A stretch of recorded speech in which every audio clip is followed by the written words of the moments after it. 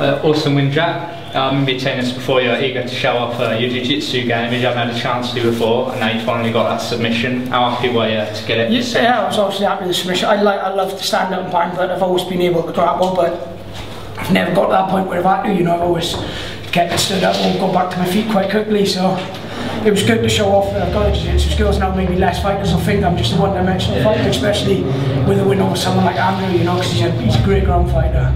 We saw you, we could see you fishing for the submission. When Andrew stuck his head in there, did you just see his face on a silver platter? Yeah, the second time.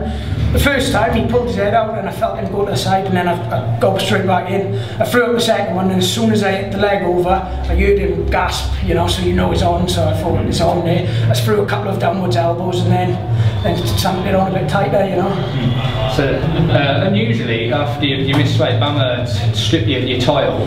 Yeah. Something that surprised you? Yeah. No, I totally understand. I was a champion, I should have made the weight. I was only a pound over, you know, 0.5 of a kilo, but I've had 6 months away from fighting because, you know, since the last BAMMA, you know, and I spent a lot of time on putting size and weight on to try to be bigger, and, you know, and then it was first cut back in, so it was a bit of a shock to the system.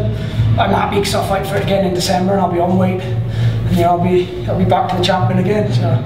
You definitely look bigger after you fought Watson. How good do you be able to bounce back from that? Yeah, well, one of the major things I think with fighting Watson, same with fighting Leroy, same with fighting Carl, they were all too big for me. I was the smallest guy in the middleweight division, so I've realised that, you know, strength and conditioning is a big part of it. You've got to get bigger and stronger to cope with the bigger, stronger guys. So, you know, I bounced back from it and I showed it tonight. So. Awesome, thanks a lot. Thanks a lot, mate. I appreciate it.